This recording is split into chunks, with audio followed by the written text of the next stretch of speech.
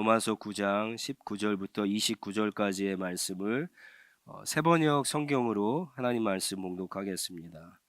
그러면 그대는 내게 이렇게 말할 것입니다. 그렇다면 어찌하여 하나님께서는 사람을 책망하시는가? 누가 하나님의 뜻을 거역할 수 있단 말인가? 오 사람아, 그대가 무엇이기에 하나님께 감히 말대답을 합니까? 만들어진 것이 만드신 분에게 어찌하여 나를 이렇게 만들었습니까? 하고 말할 수 있습니까?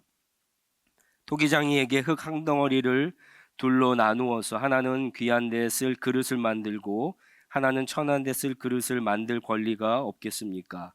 하나님께서 하신 일도 마찬가지입니다. 하나님께서 진노하심을 보이시고 권능을 알리시기를 원하시면서도 멸망받게 되어 있는 진노의 대상들에 대하여 꾸준히 참으시면서 너그럽게 대해 주시고 영광을 받들어 예비하신 자비의 대상들에게 대하여 자기의 풍성하신 영광을 알리시고자 하셨더라도 어떻다는 말입니까?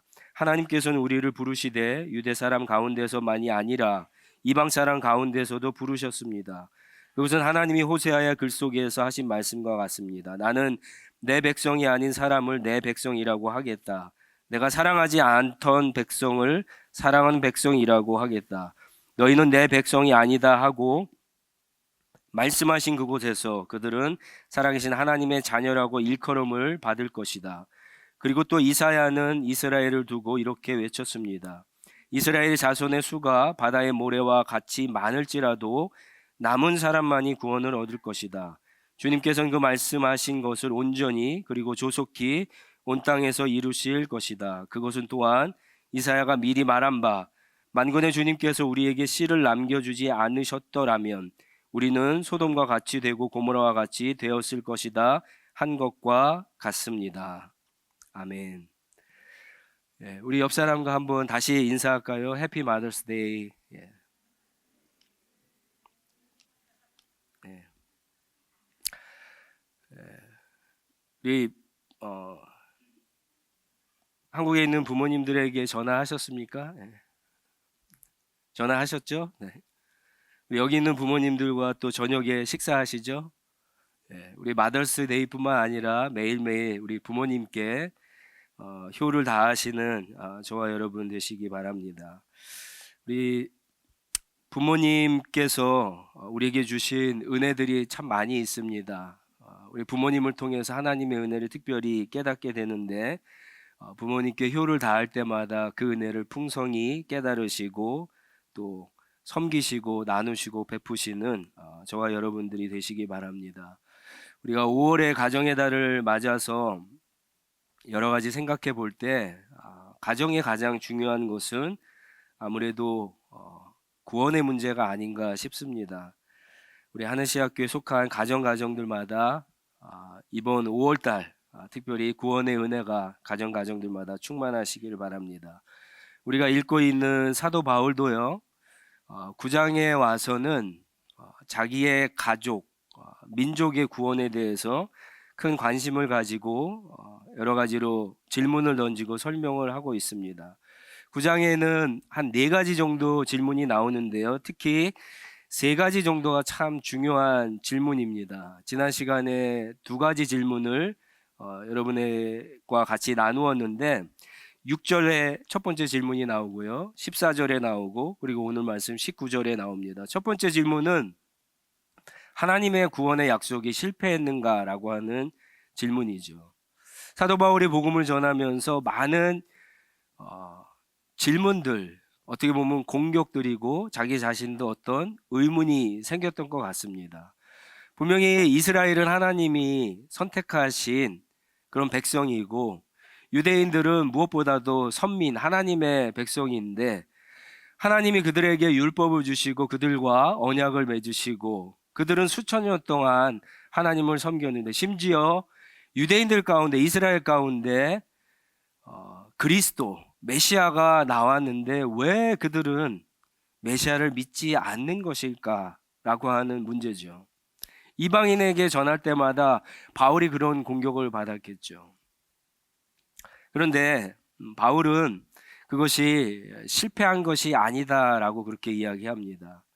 하나님께서 복음을 주셨는데 유대인들이 그것을 받아들이지 않아서 플랜 A가 실패하고 플랜 B가 시작되었다라고 하는 것이 아닙니다. 구약 성경에 보면은 여전히 하나님은 이방 백성들에게도 구원을 주시겠다라고 이야기하셨고, 바울은 이 로마서 본문에서 특히 하나님이 말씀하시는 이스라엘과 우리가 생각하는 이스라엘이 다르다라고 이야기를 하죠.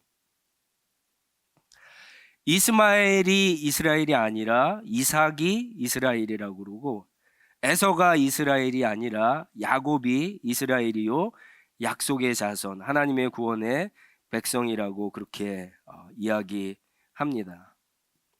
자, 그럼 그들은 어떻게 하나님의 자녀가 되었을까라고 하는 질문을 또 하겠죠.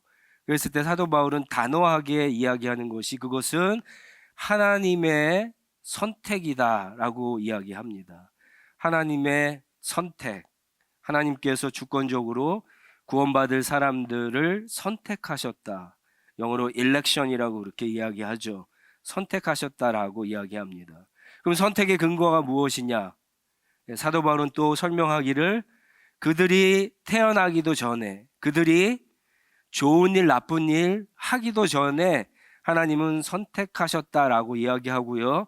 성경 전체를 보면은 그 선택이 창세 전에 하셨다라고 그렇게 이야기를 합니다. 자, 여기서 우리는 황당하죠. 이 말씀을 받아들이기가 참 쉽지가 않습니다. 이해하기가 쉽지 않은 말씀입니다. 어쨌든 성경은 그렇게 이야기하니까 성경이 말씀하는 대로 우리가 따라가 보면은 이렇습니다. 하나님은 불쌍히 여길 사람을 불쌍히 여기셨고 긍휼히 여길 사람을 긍휼히 여기셔서 선택하셔서 구원하기로 작정하셨다라고 이야기합니다. 자, 그러니까 또 다른 질문이 나오죠. 아니 그러면 누구는 선택하고 누구는 선택하지 않고 누구는 선택해서 구원하고 누구는 선택해서 구원하지 않는 그런 하나님이 과연 공평하신 하나님인가 불공정하신 하나님이 아닌가라고 하는 질문을 하게 됩니다. 우리가 볼 때 정말 그렇죠. 아니 하나님이 다 구원하시면 다 구원하시지, 다 선택하시면 다 선택하시지, 누구는 선택하고 누구는 선택하지 않고 누구는 구원하고 누구는 구원하지 않고 하시는 것이 불공정하게 불공평하게 보이죠. 그런데 우리는 여기서 착각하고 있는 것이 있어요. 사도 바울은 지금 로마서를 시작하면서 처음에 3장까지 가장 강하게 이야기했던 것이 뭡니까? 인간의 죄예요. 모든 인간은 다 하나님 앞에서 타락했고 죄인이다라고 하는 거예요. 그 어느 누구도 자신의 노력이나 의지와 열심이나 힘으로는 그 죄에서 벗어날 수 없다라고 하는 선언을 하고 구원에 대해서 지금 이야기를 하고 있습니다. 자, 그런데 그런 관점에서 공평이라는 게 과연 무엇일까 한번 생각해 보시기 바랍니다. 모든 인간은 다 하나님 앞에 범죄했어요. 그래서 그들은 하나님의 심판을 받아 영원히 지옥에 갈 수밖에 없는 존재들입니다. 여러분, 이게 공평 아닙니까? 우리의 입장에서 생각하지 마시고 하나님의 입장에서 한번 생각해 보세요. 하나님이 정의로우시고 공의로우신 하나님이라고 한다면 우리가 하나님 앞에 범죄하고 그 범죄에 대해서 당연히 하나님이 심판하시고 우리를 지옥에 보내시는 것이 공평하신 것이죠. 사도 바울이 이야기하고 싶은 것은 사실은 하나님이 공평하신 하나님이다라고 하는 게 아니라 하나님은 그 공평을 뛰어넘는 하나님이시다라고 하는 거예요.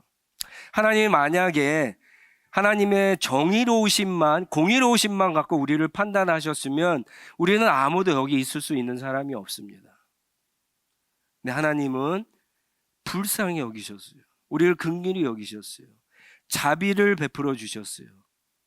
그것을 로마서 8장 마지막에서는 그래서 하나님의 사랑, 그 사랑이라고 그렇게 사도 바울이 강조했던 겁니다.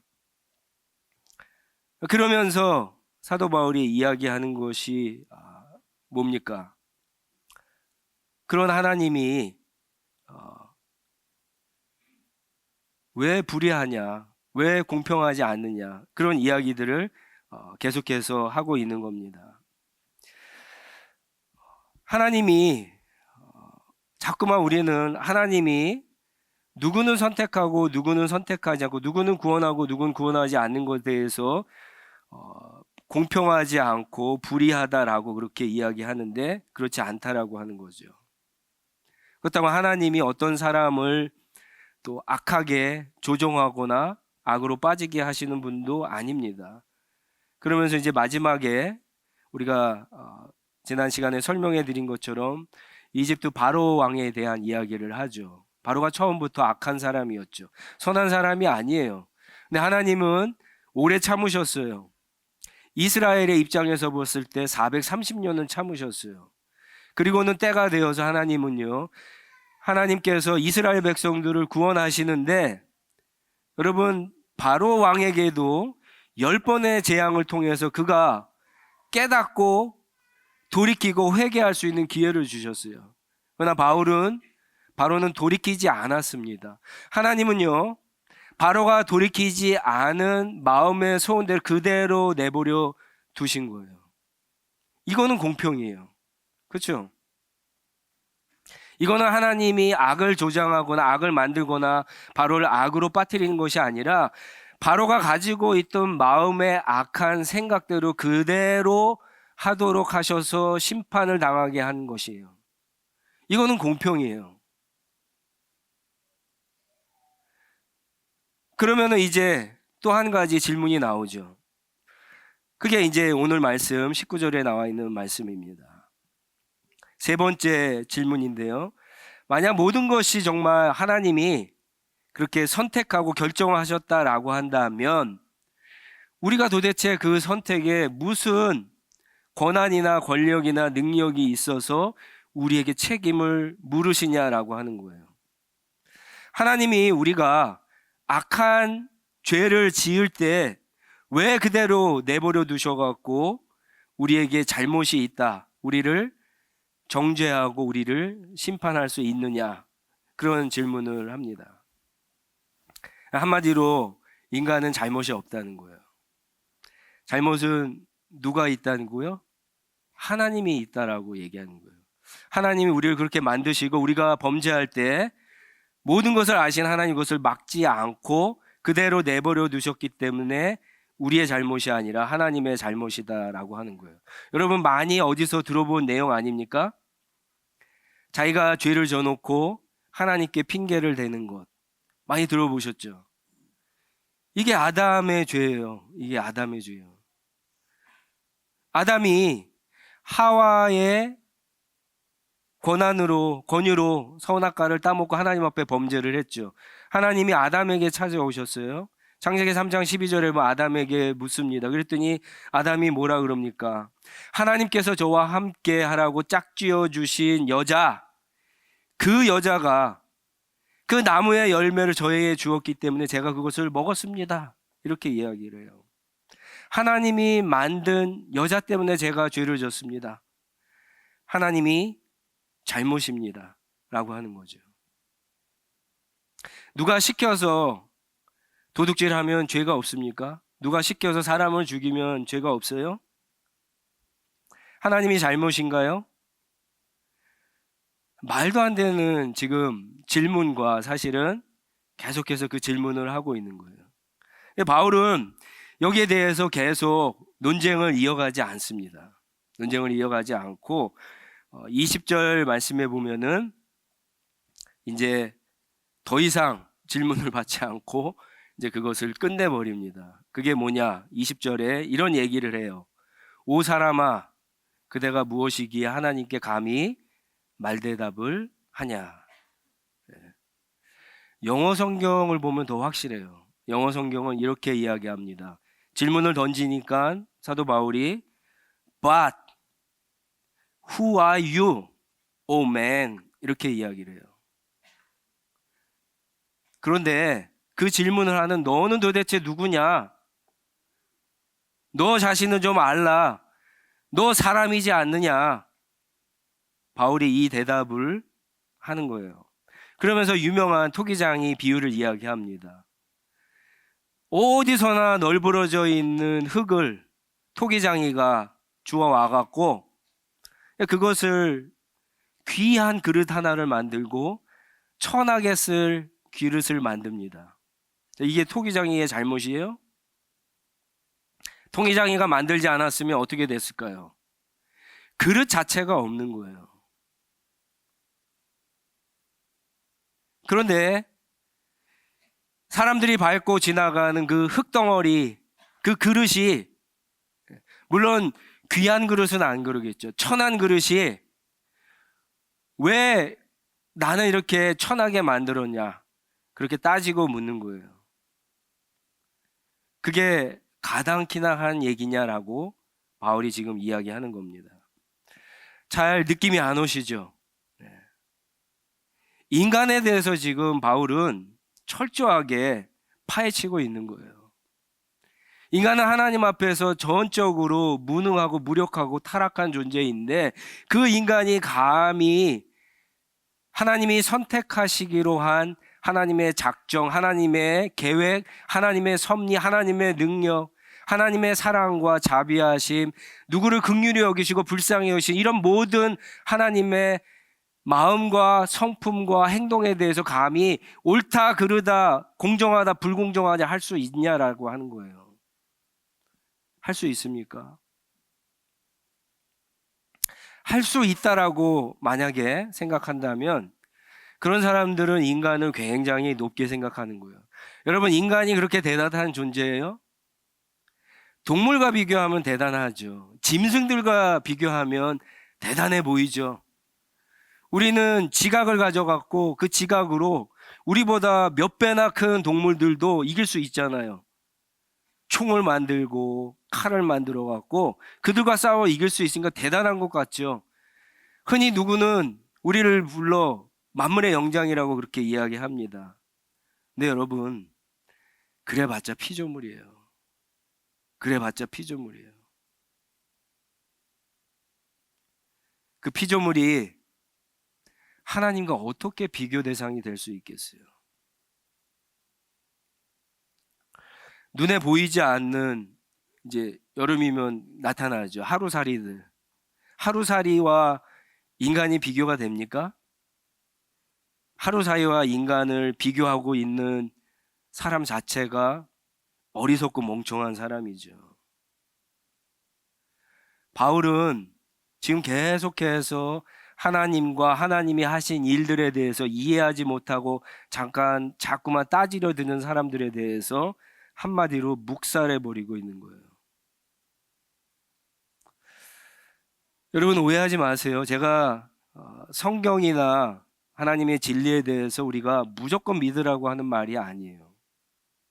그런데 저는 성경을 10년 동안 학교에서 공부하고 지금도 성경을 읽고 여러 가지 책들을 보면서 공부하지만 성경이 모든 것을 다 이야기하진 않아요. 진리에 대해서 모든 것을 다 설명하지 않는다고요.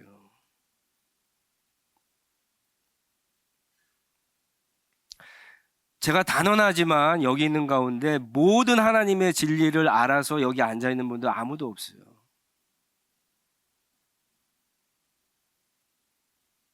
모릅니다.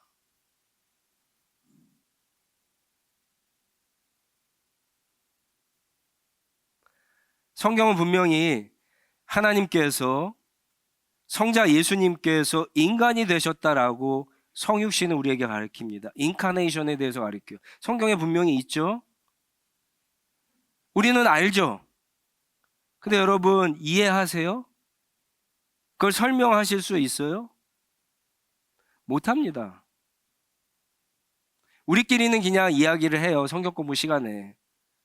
그렇지만 그런 믿음이 없는 사람들과 이야기할 때 그게 말이나 되는 이야기입니까? 성경은 하나님이 삼위일체래요. 성부, 성자, 성령 하나님이 각과 영광과 그 권능과 능력이 동일하신 분인데 삼위로 계시다고 얘기해요. 여러분, 이해가 되세요? 우리는 그걸 받아들이지만 이해하거나 설명은 못해요. 종교개혁가인 칼빈이 그런 얘기를 했어요. 하나님은 인식할 수는 있지만 이해할 수는 없는 분이다. 저 이게 정확한 표현이라고 생각을 합니다. 우리는 여러분 하나님을 이해해서 믿는 게 아니에요. 어느 날 하나님이라고 하는 분이 있다. 그분이 아들을 보내셨다. 나를 위해서. 그 아들을 믿으면 구원을 받을 수 있다. 그것이 인식이 돼서 여러분 믿게 되는 거예요. 보세요. 하나님이 계신 것은 다 알죠. 인식하죠. 그렇죠? 근데 이 하나님이 어떻게 어디에 존재하시는지 설명하실 수 있어요? 아무도 못합니다. 아무도 못해요. 근데 우리는 지금 앉아갖고 그 하나님께 예배를 드리고 하나님께 찬양하고 있고 그 하나님께 기도하고 있는 거예요. 하나님이 우리를 얼마나 사랑하시는지 여러분 아시죠? 왜 사랑하는지 아세요? 설명 불가해요. 설명 불가해요. 여러분 집에 가서 곰곰이 생각을 해보세요. 밤을 새워가면서 생각을 해보세요. 왜 하나님이 나를 사랑하신가 답을 얻지 못합니다. 괜히 잠만 못 자요. 성경이 사랑하신대요. 우리는 그것을 그냥 인식할 뿐이에요. 알아요. 근데 그건 설명하지 못해요. 왜요? 우리에게는 하나님의 그 놀라우신 사랑, 아들을 주시기까지 우리를 사랑하신 그 사랑을 받을 만한 어떤 조건이 우리에게는 아무것도 없기 때문에 그래요. 만약에 그게 있으면 우리는 떳떳하게 자랑할 수 있겠죠. 하나님이 내가 그러니까 나를 사랑하시고 나를 구원하시고 그렇게 얘기할 수 있을 거예요. 근데 우리에게는 아무것도 없잖아요. 아무런 조건이 없잖아요. 그저 다 하나님의 사랑이고 하나님의 은혜라고 얘기하잖아요. 하나님을 이해하지 말자라고 하는 거예요. 여러분 성경을 읽다 보면 성경을 많이 읽으신 분들 아시겠지만 성경을 읽다 보면 성경이 어떤 부분에 가서는요 그냥 이야기를 하지 않고 넘어가요. 그냥 마침표를 거기서 끊고 넘어가요. 다 설명하지 않아요. 왜 그럴까요? 이해할 수 없기 때문에 그런 거예요. 우리의 인간의 지성으로는 이해력으로는 이해 바깥에 있는 일이기 때문에 성경은 그냥 이야기하다가 거기서 마치고 넘어가는 거예요. 하나님의 신비로운 부분이에요. 하나님께서 우리를 선택하셨다라고 하는 것도 똑같아요. 왜 선택하셨을까? 그것을 따지고 시작하면은요, 엉뚱한 길로 가게 됩니다. 하나님은 성경은 거기에 대해서 선택했다라고 이야기하고 그것은 하나님의 영광, 하나님께 찬양을 받으시기 위해서 그렇게 선택하셨다라고 정도까지 맺기 이야기를 하지 않아요. 선택은 분명한 이야기입니다. 특별히 우리 장로교 신앙 고백에서는 너무나 중요한 이야기이죠. 성경에 너무나 많이 있습니다. 예를 들어서 사도행전 13장 48절에 보면은 제가 다 읽지는 않습니다. 여러분들이 적으셨다가 한번 나중에 보시기 바랍니다. 바울과 바나바가 비시디아 안디옥에 가서 전도를 할 때 이런 이야기를 합니다. 이방 사람들은 이 말을 듣고 기뻐하며 주님의 말씀을 찬양하였고 영원한 생명을 얻도록 정하신 사람들은 모두 믿게 되었다. 다 믿은 게 아니에요. 정하신 사람들만 믿었다라고 이야기해요.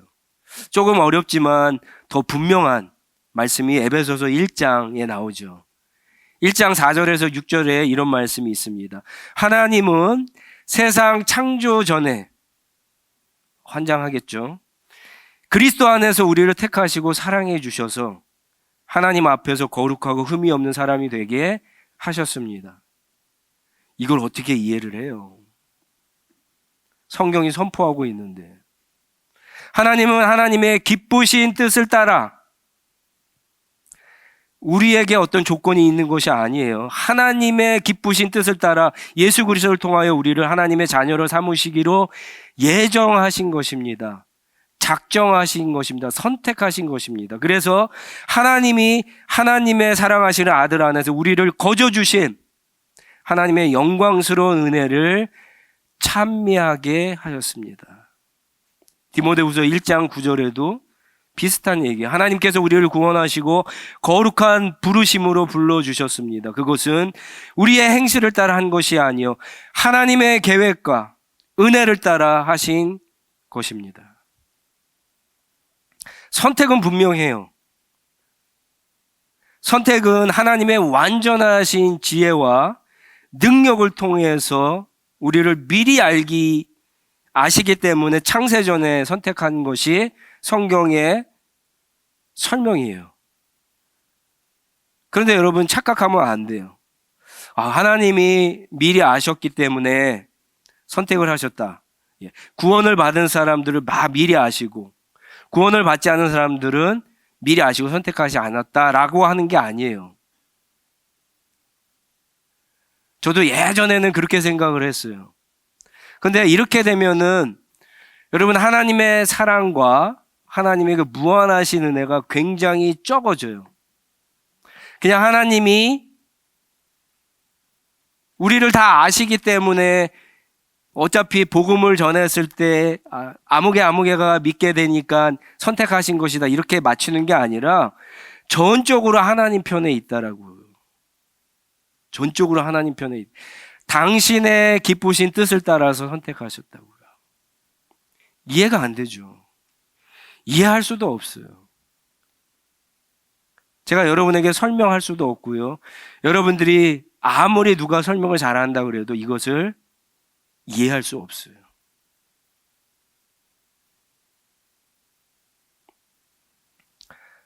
하나님이 미리 아셨기 때문에 구원받은 사람들을 선택하셨다 라고 하면은 이제 운명론에 빠지는 거예요. 다 정해져 있으니까 마치 우리를 로봇처럼 그렇게 조종하시는 분이 아닌가. 근데 여러분 운명론이 아니죠. 하나님이 우리를 그렇게 로봇처럼 조종하지 않죠. 세상에 어떤 사람이 자기 로봇 가지고 로봇 망가졌다고 그거 픽스하려고 자기 아들을 죽이는 사람이 어디 있어요. 하나님은 자기 아들을 우리를 위해서 내어주셨다고요. 이해가 되지 않죠. 이해할 수도 없는 하나님의 선택이고 하나님의 주권적인 은혜이고 사랑인 겁니다.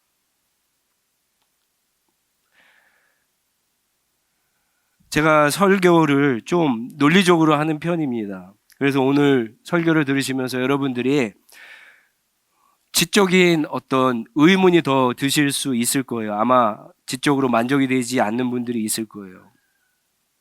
그런데 제가 설교를 준비하면서 내린 결론이에요. 이해할 수 없습니다. 자꾸만 인간의 편에서 이것을 이해하려고 해봤자 시간 낭비예요. 오히려 이쪽 편에서 아무것도 아닌데 아무 자격이나 우리의 의지나 우리의 노력이나 열심이 없는데도 우리를 불러주시고 선택해 주시고 아들을 십자가에 내어주셔서 영원한 구원을 주시고 자녀 삼아 주시고 지금도 온 우주 만물의 주인이신 하나님 앞에 이렇게 나와서 예배할 수 있는 이 은혜, 여러분 이것만 우리가 평생 찬양을 해도 시간이 모자라요.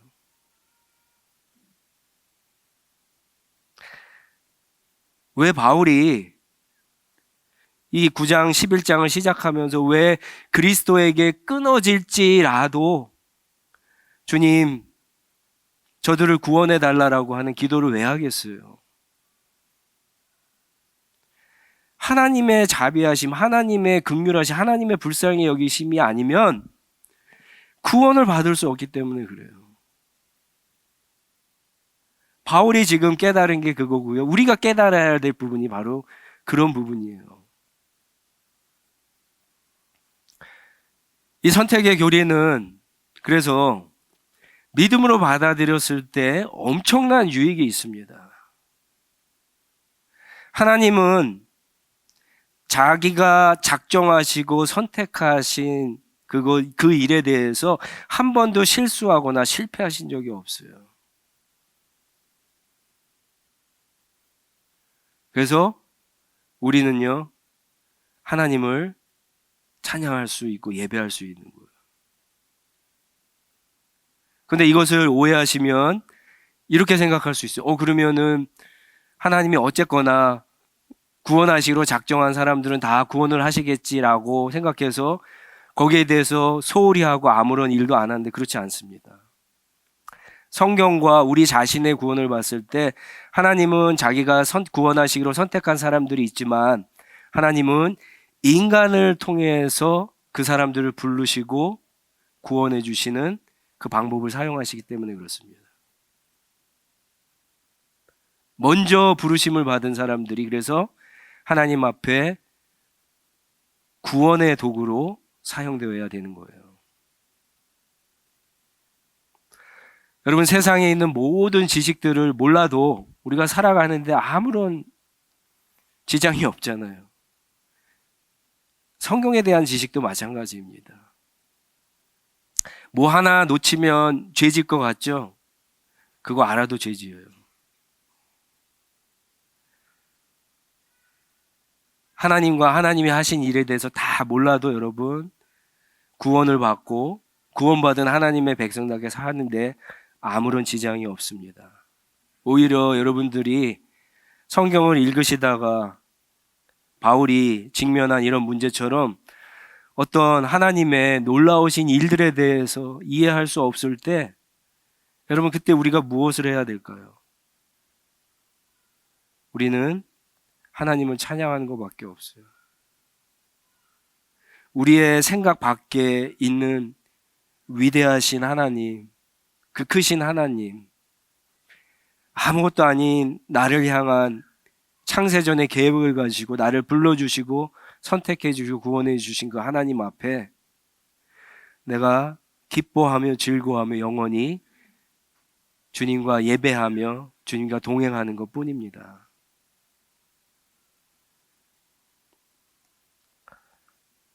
많은 분들이 성경을 알아야지만 구원을 받는다라고 하는데 그렇지 않습니다.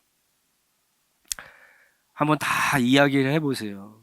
오히려 바울이 오늘 말씀 20절에서 했던 게 아주 정확한 지적이에요. 내가 누구인지를 깨달아야 돼요. 인간이 얼마나 하나님 앞에 연약한 존재인가를 깨달아야 됩니다. 그때서야 비로소 세상이 다르게 보입니다. 절대로 우리가 교만할 수 없어요. 다른 사람을 무시할 수 없습니다.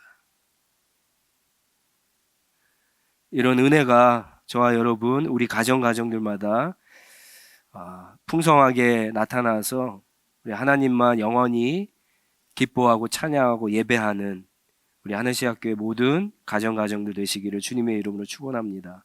같이 기도하겠습니다. 우리 일어서서 주신 말씀 붙잡고 기도하시겠는데요. 여러분 하나님 편에서 한번 조금 묵상해 보시기 바랍니다. 이 자리에 있다는 것은 글쎄요, 저는 잘 모르겠지만 하나님이 아니라서 모르겠지만 정말 하나님의 은혜이고 기회죠. 왜 이 날씨 좋은 날 여기 와 있어요? 하나님 은혜죠.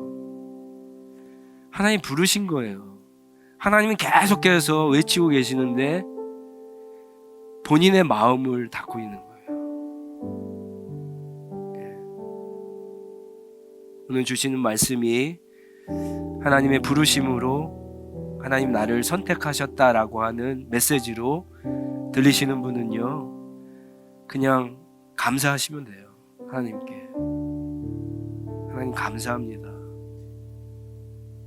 나를 향하신 하나님의 은혜가 엄청나군요.